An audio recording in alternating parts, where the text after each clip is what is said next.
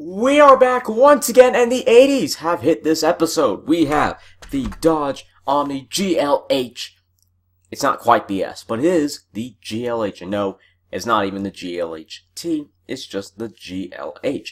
However, it is still quite a good looking model, and in fact, in pure quality alone, we'll say in terms of panel gaps, it beats the GTS that we reviewed about 2 episodes ago out of the water. It totally beats it out of the water. It's just the quality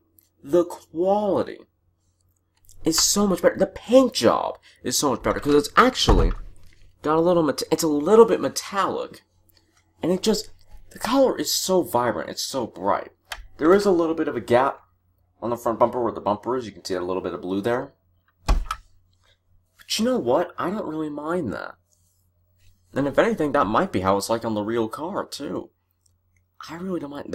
It's just brilliant. I mean, look at the interior. They got the steering wheel spot on. Very typical 80s steering wheel. But the quality of the paint job is brilliant. Just brilliant. The wheels, in terms of how they're put on, is a little bit weird. The front wheels are definitely a little bit weird. One of them is liable to rubbing on the front bumper if you try and turn it any further. It's the front.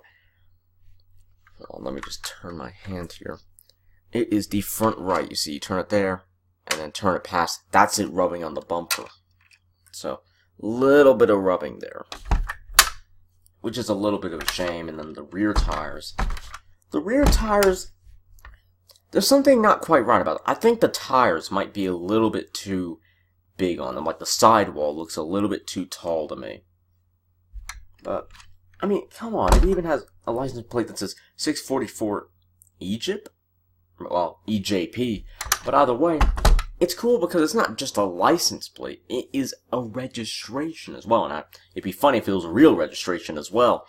But the paint, I don't want to keep banging on about it, but the paint job is incredible. Now there are, even though the paint job is awesome, because it's metallic and all that, there are a few problems around here. And we'll start with the color being the main issue. It's not consistent. We'll take the fenders for example, okay? They're a slightly darker shade of blue. I mean, it's hard to tell, but if you look at the hood, especially where the hood meets the grille, it starts to become a slightly lighter shade, and that might not help when you put it towards the light, but let me just see if I can do it. Like I said, that might not help when it gets towards the light, but there are a few inconsistencies, especially with the passengers, well, with the front passenger's door and then the rear passenger's door. There is a slight difference there. Hard to tell on screen, but there is. And it's hard to see these differences in color, these inconsistencies, simply because in the light, the color, it gets lighter and darker, and so to see a real difference is an issue because sometimes you can't tell, is it your eyes just tricking or is it a genuinely different shade? And I mean, the hatch is definitely a different shade from the pillar here. And again, the light doesn't help, but it's definitely a different shade. So there are a few inconsistencies with the color, and if you want to fix it, you can. Honestly, though, it's not a massive difference. It's just noticeable, and I mean genuinely just noticeable. So you don't really have to go through your die-cast car, stockade, or whatever it is that you have and find, I don't know, Dodge Racy Blue or whatever. You don't need to worry about that too much unless you really, really want to. Or if you really want to change the color because you're not a fan of blue, white, or black. Now, I haven't said where this car comes from, and it comes from Motormax, and you can still get cars from here. And the price for this car is about the same as a Maisto Gen 5 Viper, or in fact, cars of similar type, similar price, whatever. It's a similar price to those cars. It's about $24 or so.